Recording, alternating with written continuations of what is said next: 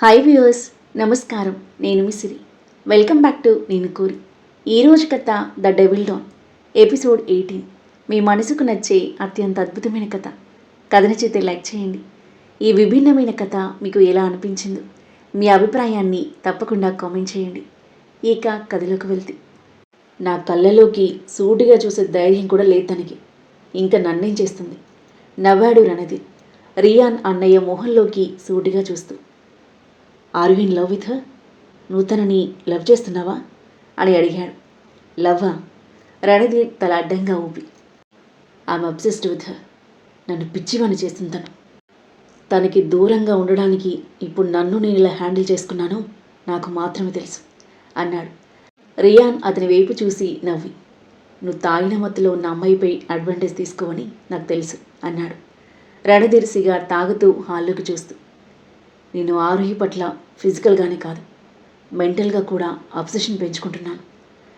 తను నా హార్ట్ని మనసుని ఆక్రమించుకుంటుంది అంటుంటే రియాన్ ఒక డీప్ బ్రీత్ తీసుకొని అతని భుజాన్ని పట్టుకొని, దీన్నే ప్రేమంటారు అన్నాడు. నో, నేను తనని ప్రేమించట్లేదు, ద్వేషిస్తున్నాను. నా ప్రపోజల్ని రిజెక్ట్ చేసి నన్ను చెంపదెబ్బ కొట్టింది. నేను తనని అలా ఎలా వదిలేగలను Riyan? She has to pray the price మండిపోతూ అన్నాడు రణధీర్. రియాన్కి తన అన్నయ్య గురించి బాగా తెలుసు. తన ఈగో హర్ట్ చేస్తే అంత ఈజీగా తీసుకోడు అని. ఇంకేం మాట్లాడలేక, ఓకే అన్నయ్య, ప్రశాంతంగా ఉండు, రెస్ట్ తీసుకో అంటుండగాని సిగరెట్ తాగుతున్న రణధీర్ సడన్గా ఊపిరి ఆడక ఇబ్బంది పడుతున్నాడు. రియాన్ భయాందోళనకు గురై రణధీర్ నోటి నుండి సిగార్ తీసి దూరంగా విసిరేశాడు. నీ ఇన్హేలర్ ఇక్కడ? ఫస్ట్ వైర్ హార్ట్పై చేయి వేసుకుని కష్టంగా బ్రీత్ తీసుకుంటూ చెప్పాడు రణధీర్. రియాన్ ఫాస్ట్గా లోపలికి పరిగెత్తి డ్రాయర్ నుండి ఇన్హేలర్ తీసుకొచ్చి రణధీర్ నోటికి అందించాడు. క్షణాల తర్వాత కాస్త స్థిమితపడ్డ రణధీర్ వీపు నిమురుతూ చైర్లో కూర్చోబెట్టాడు. నీ అస్తమా ఇన్హేలర్ ఎప్పుడు నీతోనే ఉంచుకోమని ఎన్నిసార్లు చెప్పాను? అయినా నీకేం అర్థం కాదు. నీకేదైనా జరిగితే నేనేమైపోవాలి? ఆయన నువ్వు స్మోక్ చేయకూడదని డాక్టర్ స్ట్రిక్ట్గా చెప్పారు కదా. అయినా ఎందుకు ఇలా చేస్తున్నావు? బాధతో కూడిన కోపంతో అన్నాడు రియాన్. సారీరా, ఇక నుంచి కేర్ఫుల్గా ఉంటాను అతని తలను తడుతూ చెప్పాడు రణధీర్. టుమారో ప్రతి ప్లేస్లో ఇన్హేలర్స్ ఉంచుతాను, ప్రతి కార్లో, ఆఫీస్లో, ఇంట్లో, ఎవ్రీవేర్. రణధీర్ నవ్వుతూ తలాడించాడు.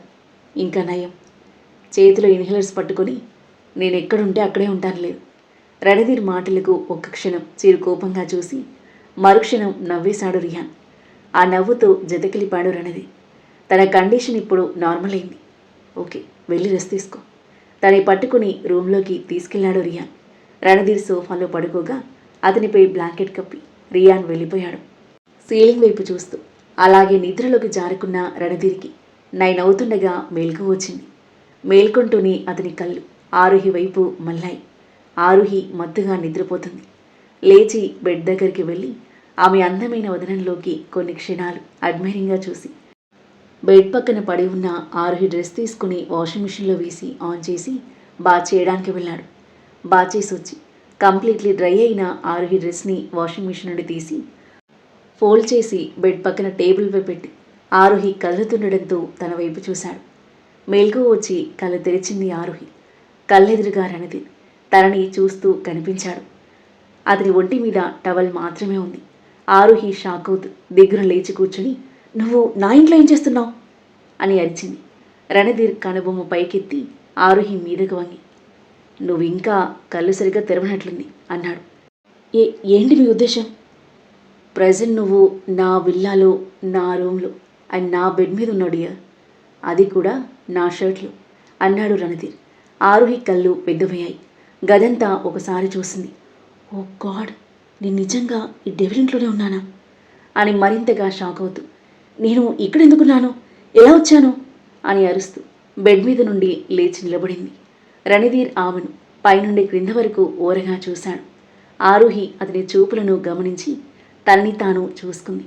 తన ఒంటి మీద మోకాళ్ళ పైకి ఉన్న వైట్ షర్ట్ మాత్రమే ఉంది. సీలింగ్ పగిలిపోయేలా గట్టిగా అరుస్తూ ఫాస్ట్గా బ్లాంకెట్ తీసి చుట్టేసుకుంది. ఆమె అరుపుకి గట్టిగా చెవులు మూసుకున్న రణధీర్, నా బట్టలు ఎక్కడా? ఆరుహి అడిగేసరికి టేబుల్పై ఫోల్డ్ చేసి ఉన్న తన డ్రెస్ వైపు చూపించాడు. నా మీద ఉండాల్సిన బట్టలు అక్కడెందుకున్నాయి? నీ మీద ఉండాల్సిన షర్ట్ నా మీద ఎందుకుంది? ఏం చేశావు నన్ను?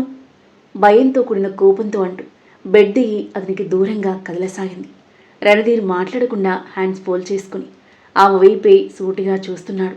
అతని మౌనం మరింత మెంటలెక్కిస్తుంది ఆరోహికి. ఏం చేశావంటే మాట్లాడవే. అంటే నువ్వు నన్ను...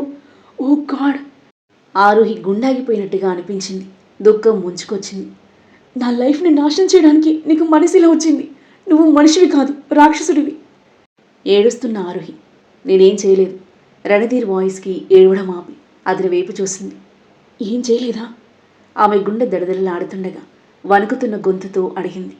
తల అడ్డంగా ఊపాడు రణధీర్. ఆ క్షణం ఆమె గుండె ఎంత రిలీఫ్గా ఫీల్ అయిందో ఆమెకి తెలుసు. మరి నా బట్టలు చేంజ్ చేశారు? నేనే చేశాను. రణధీర్ అనేసరికి పిచ్చి కోపం వచ్చింది ఆరోహికి. ఏంటి నువ్వా? Are you mad? లేడీ సర్వెంట్స్ని ఎవరైనా చేంజ్ చేయమనాల్సింది కదా, నీకు సిగ్గులేదు? రణధీర్ ఆమె దగ్గరికి వెళ్ళి ఆమె చేయి పట్టుకుని తన దగ్గరికి లాక్కున్నాడు. ఆరోహి కప్పుకున్న దుప్పటి ఆమె చేతిలోంచి నీళ్ళ జారిపోయింది. ఆరోహి ఎంబారెసింగ్గా ఫీల్ అవుతూ చూస్తుంటే రణధీర్ చిరునవ్వుతో ఆమె మొహంలోకి చూస్తూ, ఒక గుడ్ మార్నింగ్ లేదు, హలో లేదు, హాయ్ లేదు, డైరెక్ట్గా ప్రశ్నల వర్షం మొదలుపెట్టా అన్నాడు. ఆరుహి కళ్ళు చిన్నవి చేసి రణధీర్ కళ్ళలోకి కోపంగా చూస్తూ, నువ్వు నా బట్టలలో టచ్ చేసావు, నాకు డ్రెస్ చేంజ్ చేయడానికి నీకు సిగ్గులేదా? అలాగే వదిలేయాల్సింది కదా. తన డ్రెస్ చేంజ్ చేశాడు అంటే ఏదోలా ఉంది ఆరోహికి.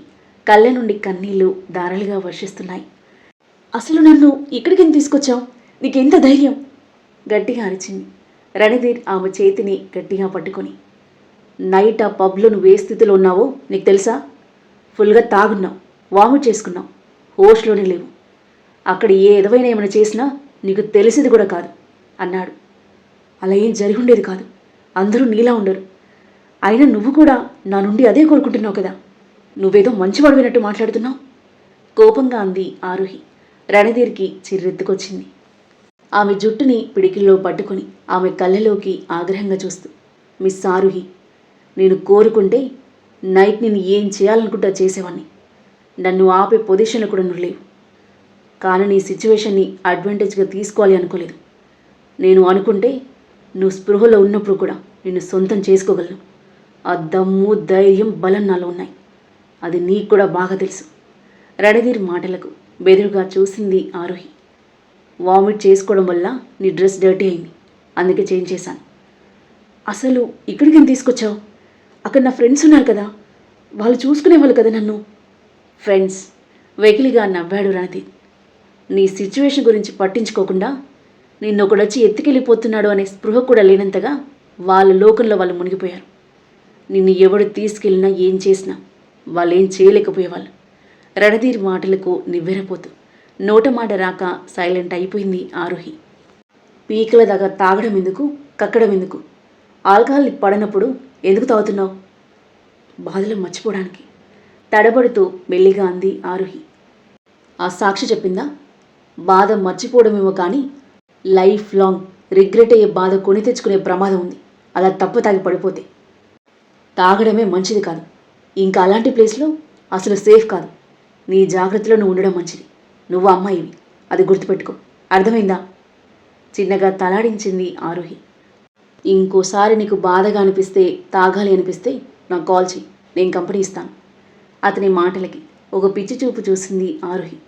నీ వల్లే నాకు బాధ, ఇంకా నీ దగ్గరికి రావడమా? తనలో తాను గొనుక్కుంది. ఏమంటున్నావు? కళ్ళగరిస్తూ అడిగాడు. ఏం లేదు, నన్ను వదలండి, నేను కాలేజ్కి వెళ్ళాలి అంది గింజుకుంటూ. రణధీర్ తనని వదిలేశాడు.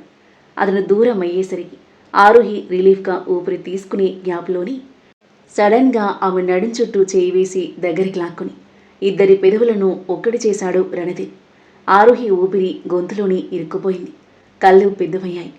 క్షణాల పాటు గాఢంగా ముద్దిచ్చి తనని వదిలేసి, త్వరగా ఫ్రెష్ అప్, బ్రేక్ఫాస్ట్ చేద్దాం, నీకోసం వెయిట్ చేస్తుంటాను అని చెప్తూ వార్డ్రోబ్ దగ్గరికి వెళ్ళాడు రణధీర్. ఆరుహి మూతి బిగించి ముక్కులు ఎగబిలుస్తూ కోపంగా అతని వైపు చూస్తుంది. రణధీర్ షర్ట్ వేసుకుంటూ, why are staring at me? నా బాడీకి ఫ్లాట్ అయ్యావా? కొంటెగా అనేసరికి టక్కున చూపు మరల్చుకుని సౌండ్ రాకుండా అతన్ని తిట్టుకుంటూ బ్లాంకెట్ తీసుకుని కప్పుకుంది ఆరుహి. డ్రెస్అప్ అయి ఫాస్ట్గా రెడీ అయిపోయిన రణధీర్ రూమ్ నుండి బయటికి వెళ్తూ డోర్ నుండి వెనక్కి తిరిగి ఆరుహి వైపు చూస్తూ, మిస్ ఆరుహి, నువ్వే కాదు, నీ బాడీ కూడా చాలా బ్యూటిఫుల్గా ఉంది. Kissing it is a different kind of fun. అప్పటికే మండిపోతున్న ఆరుహికి మరింత మంట పుట్టిస్తూ కావాలని అన్నాడు రణదీప్. ఆరుహి కళ్ళల్లో నీళ్లు తిరిగాయి. ఈడియట్, బావుడ్ అని తిట్టుకుంది కోపంగా. నువ్వు నన్ను ఎంతగా తిడితే అంతగా ఇబ్బందులు పడతావు, మైండ్ యువర్ వర్డ్స్ అని అంటూ బయటికి వెళ్ళిపోయాడు. ఆరుహి ఫ్రస్ట్రేషన్తో తన కాలిని నీళ్లపై గట్టిగా కొట్టి తన డ్రెస్ తీసుకుని వాష్రూమ్కి వెళ్ళింది. ఫాస్ట్గా ఫ్రెష్ అప్ అయి డ్రెస్ చేంజ్ చేసుకుని కిందకొచ్చేసరికి రణధీర్ డైనింగ్ టేబుల్ దగ్గర కూర్చొని కాఫీ తాగుతున్నాడు. రియాన్ అప్పటికే ఆఫీస్కి వెళ్ళిపోయాడు. రణధీర్ చూపులను తప్పించుకుంటూ అక్కడి నుండి జారుకోవడానికి వేగంగా వెళ్తున్న ఆరుహి స్టాప్. రణధీర్ వాయిస్కి ఉసూరుమంటూ ఆగి వెనక్కి తిరిగింది. Aaruhi, come, let's have breakfast together. నేను ఇంటికి వెళ్ళాక చేస్తాను అని అంటూ రణధీర్ ఇచ్చిన షార్ప్ లుక్కి సైలెంట్గా వచ్చి అతని ఎదురుగా కూర్చుంది. రణధీర్ పెదవులపై సన్నని నవ్వు. మేడు వడ్డించగా ఫాస్ట్గా తినేసి అతని కంటి ముందే లేస్తున్న ఆరుహి చేయి పట్టుకుని ఆపాడు రణధీర్. మళ్ళీ ఏంటన్నట్టుగా నీరసంగా చూసింది Aruhi. Wait, I will drop you అన్నాడు. ఆరుహి ఇంకేం మాట్లాడలేదు. మౌనంగా అతనితో పాటు కదిలింది. ఇద్దరూ కార్లో బయలుదేరారు. తనని ఇంటి దగ్గర డ్రాప్ చేసి ఆఫీస్కి వెళ్ళిపోయాడు రణధీర్. ఆరుహి ఇంటికి చేరుకొని కాలింగ్ బెల్ మోగించగానే హాల్లో కూర్చుని ఉన్న సాక్షి వేగంగా వచ్చి డోర్ ఓపెన్ చేసింది. ఎదురుగా ఆరుహిని చూసి సంతోషంతో నవ్వుతూ తనని గట్టిగా హగ్ చేసుకుంది. ఆరుహి, ఎక్కడికి వెళ్ళిపోయావు? ఎంత టెన్షన్ పడ్డానో తెలుసా? పార్టీ అయిపోయాక చూస్తే నువ్వు కనిపించలేదు. ఫ్లాట్కి వచ్చేసావేమో అనుకుంటే ఇక్కడ కూడా లేవు. చాలా భయం వేసింది. ఇంకాసేపు చూసి పోలీస్ స్టేషన్లో మిస్సింగ్ కంప్లైంట్ ఇద్దామనుకున్నాం. ఏమైపోయావు అసలు అని అడిగింది గాబరాగా చూస్తూ. తర్వాత చెప్తాను సాక్షి, చాలా హెడేక్గా ఉంది. తల పట్టుకుని సోఫాలో కూర్చుంది ఆరుహి. ముందు నీకు షాకింగ్ విషయం చూపించాలి. ఏంటి? తన వైపు చూస్తూ అడిగింది ఆరుహి. సాక్షి రిమోట్ అందుకొని టీవీ ఆన్ చేసింది. దేశంలోని ప్రసిద్ధ వ్యాపారవేత్త రణధీర్ చక్రవర్తి కార్ బ్లాస్ట్. కొన్ని గంటల క్రితం ఫేమస్ బిజినెస్ మ్యాన్ రణధీర్ చక్రవర్తి కారులో బాంబ్ బ్లాస్ట్ అయింది. ఈ బ్లాస్టులో కారు పక్కన బైక్లో ప్రయాణిస్తున్న 2 వ్యక్తులు మరణించారు అని హెడ్లైన్స్ వస్తూ మంటల్లో కాలిపోతున్న కార్ కనిపిస్తూ ఉంది. ఆ న్యూస్ చూస్తూనే భయంతో ఒక్క క్షణం ఆరుహి గుండె కొట్టుకోవడం ఆగిపోయింది. అదే కార్, కళ్ళు పెద్దవి చేస్తూ అంది. సాక్షి ఆమె పక్కన కూర్చొని భుజంపై చేయి వేసి, ఏమైంది ఆరుహి, ఎందుకంత భయపడుతున్నావు అని అడిగింది. ఆరుహి సాక్షి వైపు చూసి, నేను ఆ కారులోనే వచ్చింది అంది. అది విన్న సాక్షి వణికిపోయి, ఏం మాట్లాడుతున్నావు? నువ్వు పబ్కి వచ్చిన కార్ అదేనా అని అడిగింది. అవును సాక్షి, మీరు కాల్ చేయకుంటే నేను పబ్కి రాకపోయింటే ఇప్పుడు నేను మీ ముందుండేదాన్ని కాదు. Oh my God. సాక్షి తనని గట్టిగా హక్ చేసుకుంది. మన అదృష్టం, నీకేం కాలేదు. అసలు నువ్వు రణధీర్ కార్లో ఎందుకు వచ్చావు? అతను ఆ హోటల్ కూడా వచ్చాడా నిన్ను వెతుక్కుంటూ? అతను రావడమే కాదు, నన్ను రప్పించుకున్నాడు. సాక్షి అర్థం కానట్టుగా చూసింది. నాకు జాబ్ వచ్చిన హోటల్ ఎవరిదో తెలుసా? ఎవరిది? ఆ రణధీర్దే. ఆరుహి అనేసరికి షాక్ అయిపోయింది సాక్షి. కొన్ని రోజుల ముందే కొన్నాడు. కావాలని నేను చూసేలా నోటీస్ బోర్డుపై హోటల్ నోటిఫికేషన్ పెట్టించి నేను ఇంటర్వ్యూకి వెళ్ళేలా చేసి అతని తమ్ముడితో నన్ను సెలెక్ట్ చేయించాడు. నన్ను టార్చర్ చేయడానికి ఆ హోటల్ కొని నన్ను అతని దగ్గరకు వచ్చేలా చేసుకున్నాడు. దిమ్మ తిరిగిపోయింది సాక్షికి. ఇంత చేశాడా? మరి పబ్ నుండి ఎక్కడికి వెళ్ళిపోయావు? ఆ రణధీర్ అక్కడికి వచ్చి తీసుకెళ్లాడు. ఆరుహి మాటలకు షాకింగ్గా చూసింది సాక్షి. అవును సాక్షి, అక్కడికి ఎందుకు వచ్చాడో తెలియదు, కానీ నేను తాగి వామిట్ చేసుకోవడం చూసి ఇంటికి తీసుకెళ్లాడు. ఆ డెవిల్ నా డ్రెస్ మార్చాడు. అండ్ అతను. ఆరుహి ఇంకేం చెప్పలేక మౌనంగా ఉండిపోయింది. అండ్ ఇంకేం జరిగింది? నేనేమైనా చేశాడా? టెన్షన్గా అడిగింది సాక్షి. ఏం చేయలేదు, కానీ నన్ను ముద్దు పెట్టుకోవడమే కాదు, నా బాడీ కూడా ముద్దు పెట్టుకున్నాడట. ఇడియట్, స్టూపిడ్ కోపంగా అంది ఆరుహి. సాక్షి ఆశ్చర్యంగా చూస్తుంది ఆమె వైపు. ఏమైంది? నన్ను ఎందుకలా చూస్తున్నావు? రణధీర్ నీతో ప్రేమలో పడ్డాడా అంది సాక్షి. నువ్వు ప్రేమ అంటున్నావు. కానీ రణధీర్ రాత్రి బాంబ్ బ్లాస్ట్ జరిగిందని, అది కూడా నేను కూర్చున్న కారులోనే జరిగిందని కూడా అతను నాకు చెప్పలేదు అని ఆరుహి అంటుంటే సాక్షి కూడా ఆలోచనలో పడింది. అవును, ఇది ఆలోచించాల్సిన విషయం. రణధీర్ నీకు ఎందుకు చెప్పలేదు? ఈరోజు అతను అడగాలి. బ్లాస్ట్లో నాకేమైనా జరిగి ఉంటే ఏమయ్యేది అన్న బాధ అతనిలో కాస్త కూడా లేదు. నేను ముందు దిగకపోయి ఉంటే చనిపోయేదాన్ని కదా. నేను చనిపోయినా అతనికి పట్టింపు లేదు. ఒకవేళ నా కోసమే ఆ బాంబు పెట్టాడా? అందుకే నన్ను తన కారులో పంపించాడా? తనలో తాను ఆలోచిస్తున్న ఆరుహి మైండ్లో ఆలోచన రాగానే ఒక్కసారిగా నిర్ఘాంతపోతూ కళ్ళు పెద్దవి చేసింది. ఆ తరువాత ఏం జరగబోతుంది? ఆరుహి బాంబ్ బ్లాస్ట్ గురించి రణధీర్తో ఏం మాట్లాడబోతుంది? రణధీర్ పాజిటివ్గా రియాక్ట్ అవుతాడా లేదా నెగిటివ్గా రియాక్ట్ అవుతాడా? అతని మాటలకు ఆరుహి రియాక్షన్ ఏంటి? బాంబ్ బ్లాస్ట్ వెనుక ఉన్న వ్యక్తి ఎవరు? రణధీర్ అతన్ని పట్టుకుంటాడా? ఈ కథ ఏ మలుపు తీసుకోబోతుంది? అద్భుతమైన కథనంతో ఊహకందని మలుపులతో ఎంతో ఆసక్తికరంగా సాగి ఈ కథ యొక్క నెక్స్ట్ ఎపిసోడ్ కోసం మన నెక్స్ట్ వీడియో చూడండి. కథ నచ్చితే లైక్ చేయండి. ఈ విభిన్నమైన కథ మీకు ఎలా అనిపించిందో మీ అభిప్రాయాన్ని తప్పకుండా కామెంట్ చేయండి. ఇంకా ఇలాంటి ఇంట్రెస్టింగ్ స్టోరీస్ కోసం మన ఛానల్ని సబ్స్క్రైబ్ చేయండి. Thank you for listening.